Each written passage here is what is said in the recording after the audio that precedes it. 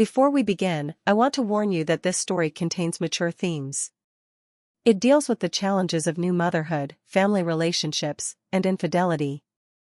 If these topics make you uncomfortable, you might want to stop watching now. When I close my eyes and think about my childhood, I see two different worlds. One is filled with laughter, warmth, and moments I never wanted to let go of. That world was my safe place, a space where everything felt perfect. And then there's the other world, the one I buried deep down. The one I didn't want to admit existed. My dad left when I was so little that I don't even remember him. My memories of him are like faint shadows, blurry and unreachable. But when Adler came into our lives, it felt like someone had filled that emptiness. He was patient, kind, and always there. I remember thinking that maybe some people really are meant to be heroes in your story. He wasn't just my stepdad. He became my world. I looked up to him in every way. Adler taught me how to ride my bike without training wheels, cheered me on at every small milestone, and reminded me that I mattered. I trusted him with everything. And for a long time, I believed that he saw me as his daughter, as someone he would always protect. I thought I was lucky. I thought I had something special, something other kids might not get to experience. A man who didn't have to love me, but chose to anyway. And I held on to that belief for years. But here's the thing about trust. It's fragile. You don't realize how easily it can break until it's too late. And when it does, the pieces never fit back together the same way. He was my everything, my hero. Until he wasn't. One moment changed everything. One moment turned my world upside down. And after that, I couldn't see him the same way ever again. If you're still with me, don't forget to like this video, share your thoughts in the comments, and subscribe for more stories like this. Trust me, there's so much more to uncover. My mom, Stevie, was the strongest woman I knew. At least, that's how I saw her as a kid. She worked long hours to make sure we had a roof over our heads and food on the table. She never complained, but you could see the weight of the world in her eyes. After my dad left, she wasn't the same. I think a part of her gave up on being happy. And then Adler came along. He wasn't just a man who showed up to fill the empty space at the table. He was the man who made my mom smile again. The real kind of smile, the one that lights up a room. He brought life back into her eyes, and for the first time in years, it felt like our house wasn't just a place we lived in. It felt like a home. To me, Adler was perfect. He was patient, funny, and always knew how to make us feel like we mattered. He treated us like we were his own. Every bedtime story, every scraped knee he bandaged, every moment he made us laugh, it all felt so real. He became the dad I didn't even realize I was missing. And I held on to that image of him for as long as I could. But my world was small. Too small. I was homeschooled, so I didn't have classmates or friends to compare my life to. It was just me, my family, and Adler. Everything I learned about love, about trust, about how people should treat each other, I learned from him. That's what made it so confusing when things started to feel different. At first, it was nothing. Or at least, that's what I told myself. Maybe I misunderstood, or maybe it was normal, and I just didn't know any better. There were small things, a hand brushing against my leg when he walked by, a compliment that felt strange but was said with a smile. "You're growing up so fast, Jordan. You're going to break hearts one day." I thought he was just being nice, but now, I'm not so sure. There were little things that didn't sit right, but I didn't know how to explain them. I didn't even know if they were wrong. After all, Adler loved us.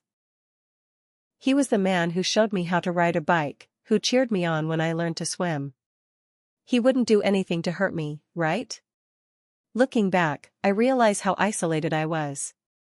I didn't have anyone to talk to, no one to tell me if what I felt was real or just in my head. I relied on Adler for so much, for support, for guidance, for love. I trusted him with everything. And maybe that's why I didn't see the cracks forming until it was too late. It's strange how much power small moments can hold. A lingering touch, a comment that makes your stomach turn, a feeling you can't shake. It starts small, so small you almost don't notice it. But then one day, it's too big to ignore. And by then, it's already too late. As I got older, things started to feel off. It wasn't something I could put into words at first. It was in the little things, the subtle shifts, that seemed harmless if you weren't paying attention. And for a long time I wasn't. I didn't want to be. "You're growing up so fast, and you look beautiful in that dress," he said. I remember my stomach tightening, but I didn't understand why. I thought maybe I was just being silly. It was just a compliment, right? That's what I told myself. I replayed it in my head over and over again. His tone, the way he looked at me when he said it, it felt different. But I didn't know why. I was flattered, I think. And confused. But mostly, I just wanted to believe there was nothing wrong. That night, during movie night, he sat closer than usual. His arm brushed against my shoulder, and I felt my whole body tense up.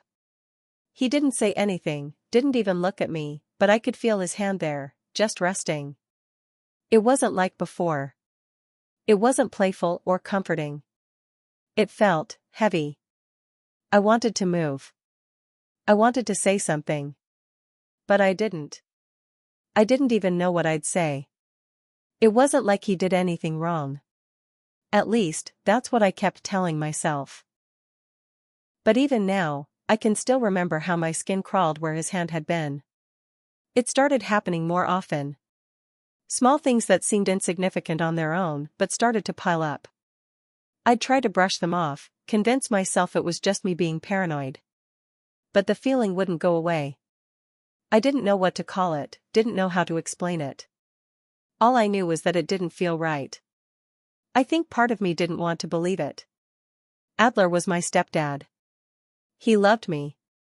He wouldn't do anything to hurt me, would he? I told myself over and over again that this was just how dads acted. I didn't have anyone else to compare it to. I didn't know what was normal. I wanted to trust him. I needed to trust him. And for a while, I convinced myself I was wrong.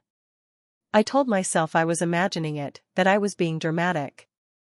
But deep down, something in me was starting to change. Something I couldn't ignore anymore. It's strange, isn't it? How the smallest moments can plant the biggest doubts. A lingering touch, a quiet word, a glance that feels different. At first, you tell yourself it's nothing. But then, it's all you can think about. It was just another night. At least, that's what I told myself at the time. Mom had gone out to run some errands or visit a friend, something I don't remember now. It was just me and Adler at home, which wasn't unusual. We'd had plenty of nights like this before. It never felt strange, until that night. When he picked the movie, I didn't think much of it. It was rated R, but I was old enough to handle it, right? That's what I thought. He sat down next to me, closer than usual, but I didn't move. I didn't want to seem rude or ungrateful. He always said I was too polite for my own good. At first, it was normal. We talked about the movie, joked about how bad the special effects were. But then he reached over, his hand brushing against my leg. It was casual, almost unnoticeable, but I felt it. My stomach flipped, and I froze. I didn't say anything. I didn't move. I just sat there, trying to convince myself it didn't mean anything. He was just being affectionate, right? That's what dads do. That's what I kept telling myself. But then he kept going. His hand slid up higher, and I felt like my whole body was on fire. Not in a good way, but in a way that made me want to crawl out of my own skin. He started stroking my back, whispering things I didn't understand. Things like, "You're so beautiful, Jordan. You're so grown up now." I wanted to scream. I wanted to get up and run out of the room, but I couldn't move. I couldn't even breathe. I just sat there, paralyzed. My brain was screaming at me that this wasn't okay, that this wasn't normal. But another part of me kept saying, it's Adler. He wouldn't hurt you. He loves you. I don't know how long it lasted, maybe a few minutes, maybe longer. It felt like hours. And then, just as suddenly as it started, he stopped. He leaned back on the couch like nothing had happened, like everything was normal. I sat there, numb, pretending to watch the movie. But all I could hear was my own heartbeat, pounding in my ears. When I finally made it to my room, I felt like I couldn't breathe. My chest was tight, my hands were shaking, and I couldn't stop replaying everything in my head. What did it mean? Why did he do that? Was it my fault? I kept asking myself those questions over and over again, but I didn't have any answers. I told myself it wasn't a big deal. It didn't go too far, right? He didn't hurt me. He was just being affectionate. That's what I wanted to believe. I wanted to believe it so badly that I convinced myself it was true. I told myself it was a one-time thing, a mistake. Something that would never happen again. But deep down, I knew better. Deep down, I knew everything had changed. And nothing would ever feel the same again. As I got older, things started to change between me and Adler. Or maybe it had been changing all along, and I just didn't see it. The easy conversations we used to have, the playful moments, they weren't the same anymore. I still loved him. I wanted to believe he loved me too, but what happened that night, it was always there. No matter how much I tried to bury it, I couldn't forget. He started avoiding me when other people were around. At first, I thought I was imagining it, but it became so obvious that I couldn't ignore it. He'd barely look at me, barely talk to me. It was like he was trying to erase me from the room. And when he did talk to me, his tone felt forced, like he was overcompensating. It was subtle, but I could feel it. There were times when I wanted to say something, to confront him, but I couldn't. What would I even say? I was terrified of what might happen if I brought it up. Would he deny it? Would he twist it around and make it my fault? Or worse, would he tell my mom? It was during a family trip that everything came rushing back. We were sitting on the dock, and he leaned in, way too close, and whispered something. I can't even remember what it was now, something about how grown up I looked. But it wasn't his words that stuck with me. It was the way he said them, like he was daring me to react. Like he wanted to see if I'd flinch. I don't know where I found the courage to stand up that day, but something inside me snapped. I couldn't take it anymore. The fear, the guilt, the anger, I didn't know what to do with it all. But walking away felt like a small victory, even if it didn't change anything. Mom started noticing the tension, but she didn't understand it. She thought I was just being a typical teenager, moody, distant, always picking fights. She'd say things like, "You're being so dramatic, Jordan," or "Why can't you just get along with him?" And every time she said it, I felt like I was suffocating a little more. I wanted to tell her. I wanted to tell someone, anyone, but the words wouldn't come.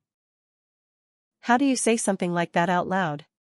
How do you explain that the person everyone loves, the person everyone trusts, isn't who they think he is? I was scared. Scared that no one would believe me. Scared that they'd think I was making it up or that it was somehow my fault. I started writing it all down, trying to make sense of it.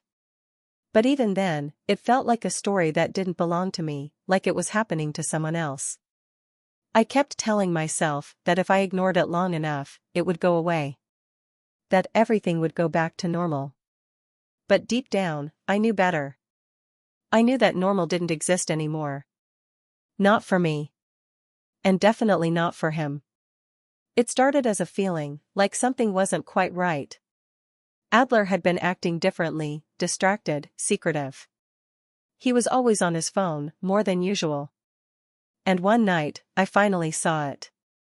I didn't mean to spy on him. I was just walking through the house, and there he was, typing away, smiling at his screen like nothing else mattered. But then I saw the name on the screen. It wasn't my mom.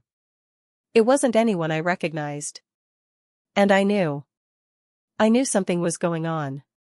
I couldn't stop thinking about it. Who was he texting? What were they talking about? And why did it make me feel so sick? I didn't want to believe it, but deep down, I knew. Adler wasn't just betraying my mom, he was betraying all of us. I couldn't stay quiet anymore. I'd spent so long keeping his secrets, hiding what he'd done to me. But this was different. This wasn't just about me.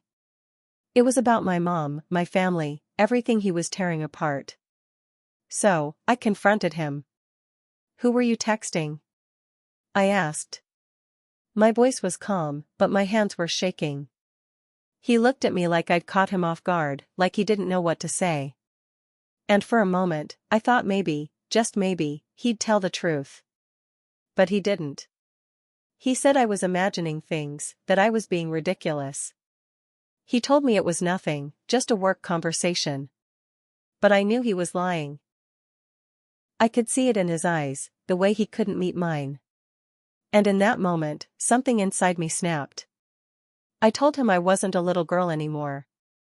I told him I knew what he was doing, that I wasn't going to keep his secrets any longer. And when I said I'd tell my mom, his whole demeanor changed. He didn't laugh anymore. He didn't even try to deny it. Instead, he started pleading, saying things like, "You don't understand," and "I didn't mean for any of this to happen." He tried to manipulate me, to make me feel sorry for him. But I didn't. Not this time. For the first time in years, I felt something stronger than fear. I felt anger. And it was enough to drown out all the doubts, all the confusion, all the guilt he'd made me carry for so long. I knew this was it. I had to choose, stay silent or expose everything. And no matter how scared I was, I couldn't let him keep doing this. Not to me. Not to my mom. Not to anyone else. I couldn't keep it inside anymore. The weight of it, the fear, the anger, it was too much.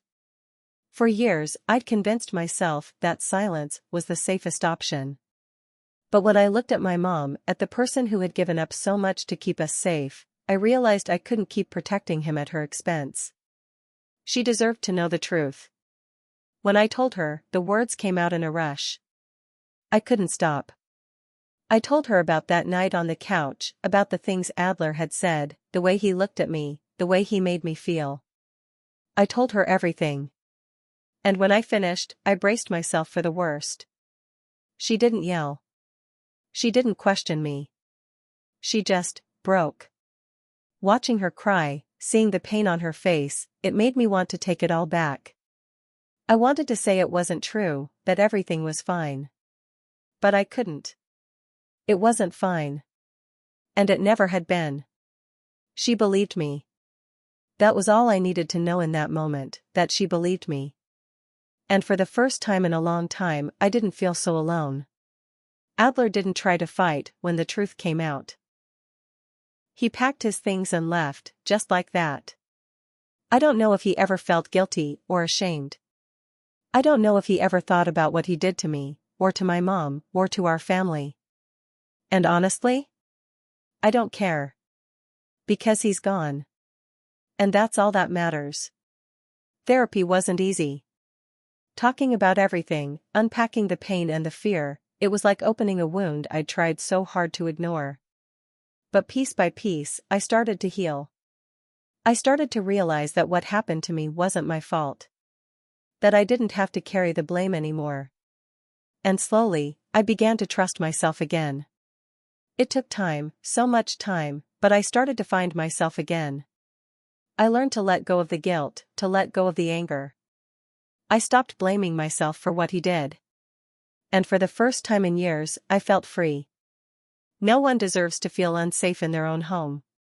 No one deserves to carry the kind of fear and pain that I did. If you're going through something, please, speak up. Tell someone you trust. You don't have to face it alone. And most importantly, it's not your fault. It was never your fault. Thank you for listening to my story. I know it wasn't an easy one to hear, but it's one that I needed to share. If this story resonated with you, or if you've experienced something similar, I want you to know that you're not alone. There are people who care, people who will listen and believe you. If you're struggling, please consider reaching out to a trusted friend, family member, or a professional. And if you need immediate support, there are helplines available. It's never too late to seek help. I'd love to hear your thoughts in the comments. Whether it's sharing your own experiences, offering support to others, or simply reflecting on this story, your voice matters. Let's create a space where we can support one another and raise awareness about these important issues. If you found this story meaningful, please subscribe to this channel. I share real-life stories like this, stories that spark conversation, bring awareness, and remind us all of the strength it takes to heal. Don't forget to hit the like button and turn on notifications so you don't miss the next story.